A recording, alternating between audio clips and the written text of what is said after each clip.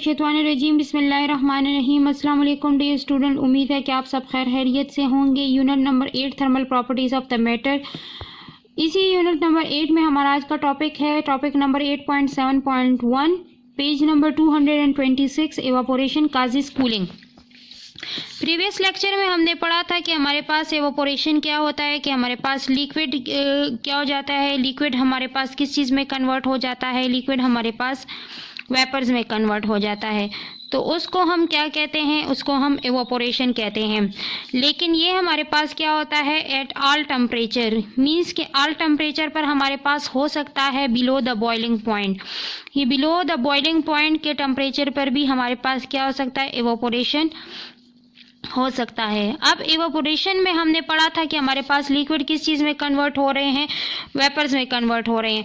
Previous lecture में हमने ये भी पढ़ा था कि हमारे पास जब लिक्विड किस चीज़ में कन्वर्ट हो जाते हैं, वेपर्स में कन्वर्ट हो जाते हैं, या सॉलिड हमारे पास लिक्विड में कन्वर्ट हो जाता है, या वेपर्स हमारे पास लिक्विड में कन्वर्ट हो जाते हैं, या लिक्विड सॉलिड में कन्वर्ट हो जाता है, तो इसको हम क्या कहते हैं, इसको हम लेटेंट हीट और फेज चेंज कहते हैं।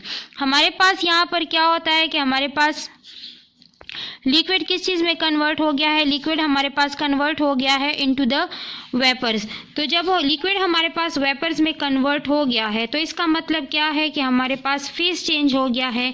फेज चेंज जब हमारे पास हो जाता है तो हमने फेज चेंज में पढ़ा था कि हमारे पास टेम्परेचर क्या होता है, टेम्परेचर हमारे पास कांस्टेंट रहता है। तो हमारे पास यहाँ पर एक प्रॉपर्टी, हमारे पास फेज चेंज हो गया है। लेकिन फेज चेंज में हमारे पास अब ये यहाँ पर एवापोरेशन में हम ये पढ़ते हैं कि एवापोरेशन में जब हमारे पास लिक्विड वेपर्स में कन्वर्ट होते हैं तो वो हमारे पास क्या करता है, वो अपने साथ हीट एनर्जी को भी लेकर चला जाता है। हीट एनर्जी भी अपने साथ निकाल के वो वेपर्स ले जाते हैं। तो जब हमारे पास ये हीट एनर्जी को अपने साथ निकाल कर ले जाते हैं तो हमारे पास क्या होता है कि हमारे पास नीचे जो सरफेस रह जाती है उसमें हमारे पास कौन सा इफेक्ट क्रिएट हो जाता है, सरफेस में हमारे पास कूलिंग इफेक्ट प्रोड्यूस हो जाता है।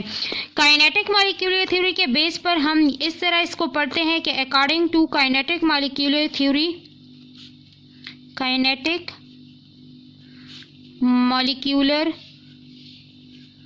थ्योरी, काइनेटिक मॉलिक्यूलर थ्योरी के बेस पर हमारे पास जो है हर एक लिक्विड किस चीज़ पे कन्वर्ट होता है, लिक्विड हमारे पास या हर एक मैटर की जो फॉर्म है वो हमारे पास किस चीज़ पे कन्वर्ट होती है, वो मॉलिक्यूल्स पर कन्वर्ट होती है। मॉलिक्यूल्स हमारे पास जब वो सरफेस को क्या करते हैं, सरफेस से एस्केप हो जाते हैं। तो अब सरफेस से जो मॉलिक्यूल एस्केप हुए हैं उनकी मॉलिक्यूल्स की हमारे पास क्या हाई थी, काइनेटिक एनर्जी उनकी क्या थी, काइनेटिक एनर्जी उनकी हाई थी, काइनेटिक एनर्जी उनकी क्या थी, हाई थी। तो इसी वजह से वो सरफेस से क्या हो गए हैं, वो एस्केप हो गए हैं। ठीक है। अब हमारे पास जिन मॉलिक्यूल्स की काइनेटिक एनर्जी हमारे पास लो थी, काइनेटिक एनर्जी हमारे पास लो थी, तो वो मॉलिक्यूल क्या हो गए, वो हमारे पास सरफेस पे वो लिक्विड के ऑब्जेक्ट के अंदर ही रहे, स्टे किया उन्होंने, क्योंकि वो एस्केप नहीं कर सकते थे। और ये मॉलिक्यूल्स को काइनेटिक एनर्जी कहाँ से मिलती है कि हमारे पास जब मॉलिक्यूल एक दूसरे के साथ वाइब्रेट करते हैं तो वाइब्रेशन के साथ साथ वो क्या करते हैं, एनर्जी भी एक दूसरे को ट्रांसफ़र कर देते हैं। तो लिक्विड के मॉलिक्यूल फार अवे होने की वजह से वो एक दूसरे के साथ भी टकराते हैं, वॉल्स ऑफ कंटेनर के साथ भी कोलाइड करते हैं और ट्रांसफर ऑफ एनर्जी इस तरह से होता जाता है। तो जिन मॉलिक्यूल की काइनेटिक एनर्जी हाई हो जाती है तो वो क्या करते हैं, वो सरफेस से एस्केप हो जाते हैं। लेकिन जिन मॉलिक्यूल्स की काइनेटिक एनर्जी हमारे पास लो होती है तो वो हमारे पास लिक्विड में ही स्टे कर जाते हैं। अब हमारे पास हमने ये पढ़ा था कि काइनेटिक एनर्जी जिन मॉलिक्यूल की ज़्यादा होगी तो वो क्या करेंगे, वो इंटरमॉलिक्यूलर फोर्स से अपने आप को छुटकारा दे देंगे, छोड़ देगा उन मॉलिक्यूल्स को जिन मॉलिक्यूल्स के साथ वो कनेक्टेड था, तो वो हमारे पास क्या हो जाएगा, वो हमारे पास निकल जाएगा। और उसके अलावा हमने ये भी पढ़ा था कि kinetic energy is directly proportion to the temperature. अब जिन मॉलिक्यूल्स की काइनेटिक एनर्जी ज़्यादा होगी, काइनेटिक एनर्जी जिन मॉलिक्यूल्स की हाई होगी तो वो हमारे पास क्या होंगे, हम उनका टेम्परेचर भी हमारे पास क्या होगा, वो हमारे पास हाई टेम्परेचर पर होंगे। ठीक है, हाई टेम्परेचर पे होंगे। और जिन मॉलिक्यूल्स की काइनेटिक एनर्जी हमारे पास लो होगी तो ऑटोमेटिकली वो हमारे पास लोअर टेम्परेचर पर होंगे।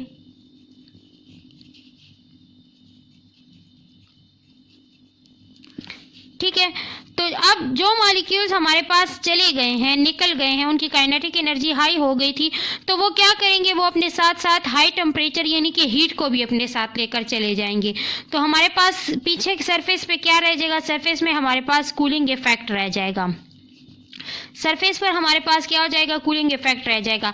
सिंपल एग्जांपल इसकी ले लेके आप लोग स्पिरिट को ले लेना। स्पिरिट को जब हम ले लेते हैं, उसको हम अपनी हथेली पर, पाम पे डाल देते हैं, तो आफ्टर अ वाइल हमारे पास वो क्या हो जाता है, वो एवापोरेट हो जाता है।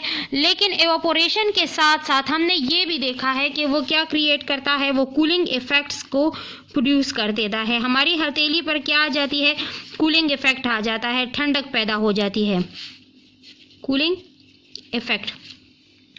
इसी तरह से जब हम गर्मियों में या समर में या हम विंटर में भी, इवन हम जो है विंटर में या समर में हमारे कपड़े गीले हो जाते हैं और हम क्या करें, समर में हमारे कपड़े गीले हो जाते हैं और हम आकर फ़ैन के नीचे बैठ जाते हैं, तो फ़ैन हमारे पास क्या करता है, एयर तेज़ हो जाती है। तो हमने प्रीवियस लेक्चर में पढ़ा था कि हमारे पास जितनी हवा तेज़ होगी उतना रेट ऑफ एवापोरेशन हमारे पास क्या होगा, हाई होगा।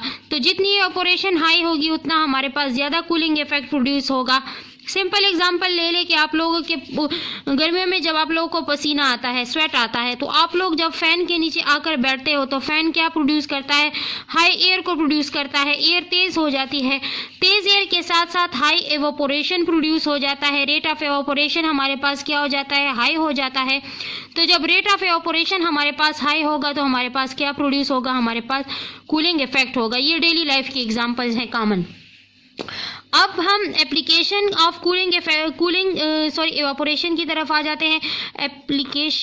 Applications of cooling bye evaporation, कि हम इसको कहाँ पर यूज़ कर सकते हैं।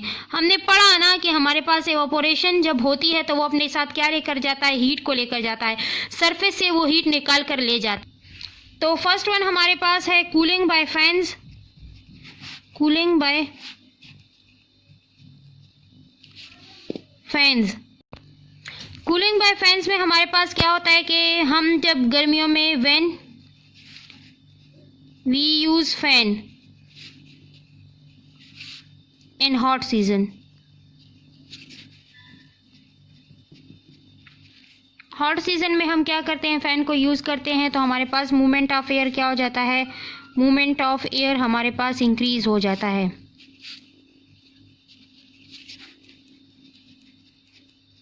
मूवमेंट ऑफ एयर इंक्रीज हो जाता है। तो जब मूवमेंट ऑफ एयर हमारे पास इंक्रीज हो जाता है, तो मूवमेंट ऑफ एयर जब हमारे पास इंक्रीज हो जाता है तो हमारे पास क्या होता है, रेट ऑफ एवापोरेशन भी इंक्रीज हो जाता है, रेट ऑफ एवापोरेशन भी इंक्रीज हो जाता है। तो हमारे पास क्या होता है कि रेट ऑफ एवापोरेशन ऑफ प्रिस्पायरेशन, हमारे जिस्म से प्रिस्पायरेशन मींस कि वो स्वेट जो होता है, वो पसीना जो होता है, वो in the form of vapours हमारे जिस्म से निकल रहा होता है।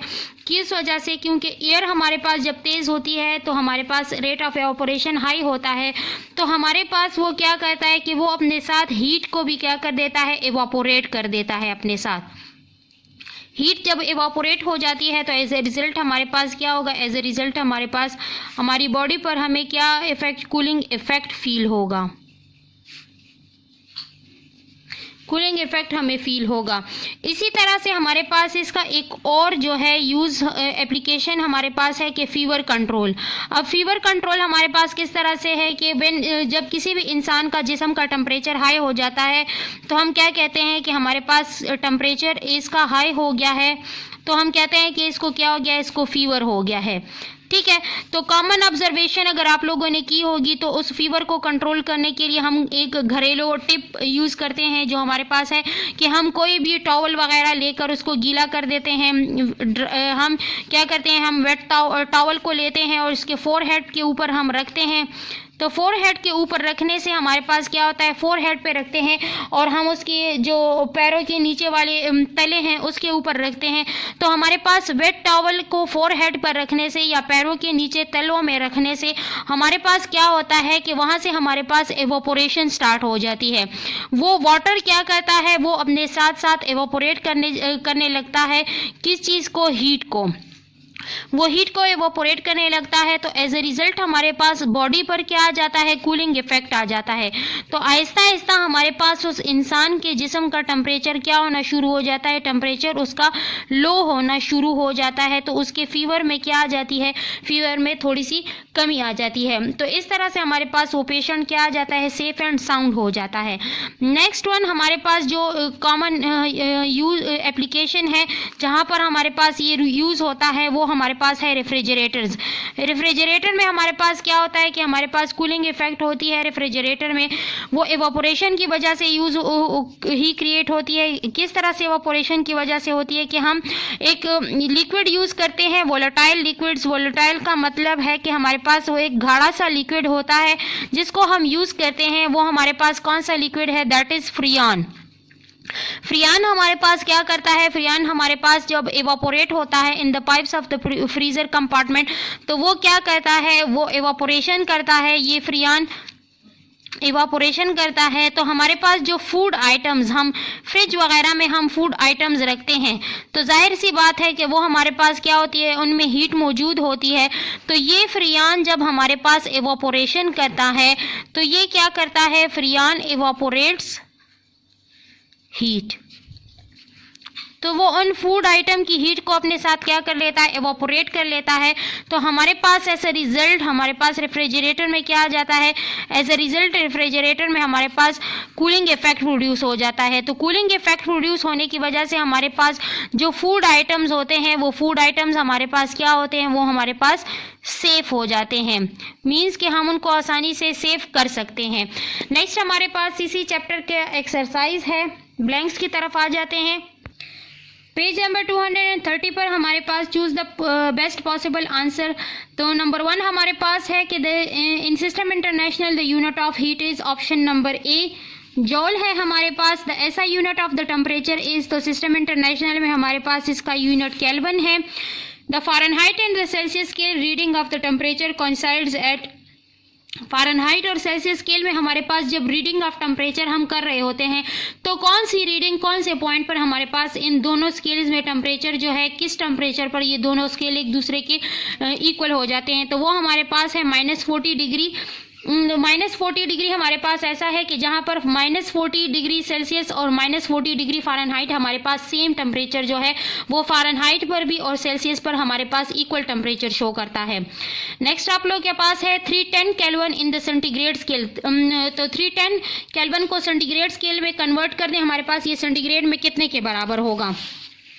तो 310 केल्विन है हमारे पास, तो हमारे पास T of C is equal to T of K minus 273, ये वाला हम यूज़ कर लेंगे। तो हमारे पास T of C is equal to T of K है 310 माइनस 273। तो T of C is equal to हमारे पास ये आ जाएगा 37 डिग्री सेल्सियस। तो ऑप्शन नंबर ए हमारे पास 37 डिग्री सेल्सियस हो जाएगा। When water at 0 degree C is heated, जब हम 0 डिग्री सी पर वाटर को हीट अप कर देते हैं, it contracts till the temperature reaches to 400 degree Celsius. तो हमारे पास ये 400 डिग्री सेल्सियस तक पहुंचते पहुंचते क्या हो जाएगा, कंट्रैक्ट होना शुरू हो जाएगा। In system international the unit of specific heat is, specific heat हमारे पास किस चीज़ के बराबर है, स्पेसिफिक हीट हमारे पास बराबर है C is equal to del Q divided by M del T। तो स्पेसिफिक हीट का यूनिट हमारे पास है जूल किलोग्राम पर केल्विन। तो option number B joule per kilogram per kelvin हमारे पास इसका यूनिट हो गया। ब्लैंक नंबर 7 नहीं है। The SI unit of the latent heat is in system international, latent heat का यूनिट हमारे पास क्या है, तो लैटेंट हीट का यूनिट हमारे पास ये वाला ब्लैंक भी नहीं है क्योंकि हमने सिर्फ लैटेंट हीट की डेफिनेशन पढ़ी है। How much heat is required to melt 1 kilogram of the zinc at its boiling temperature with the latent heat of the 113 multiply by 10 raise to the power 3 joule per kilogram per kelvin, ये वाला blank भी नहीं है। The amount of the heat required to raise the temperature of 1 kilogram of the water by 1 kelvin is, तो हमने पढ़ा था कि हमारे पास specific heat of the water, जितनी हीट हमें रिक्वायर्ड है 1 किलोग्राम ऑफ द वाटर को 1 केल्विन टेम्परेचर राइज देने के लिए, वो हमारे पास है 4190 joule. This was our today's topic. Inshallah, in next lecture we are going to study about the conceptual question of the unit number 8. Thank you so much. Stay blessed and Allah Hafiz.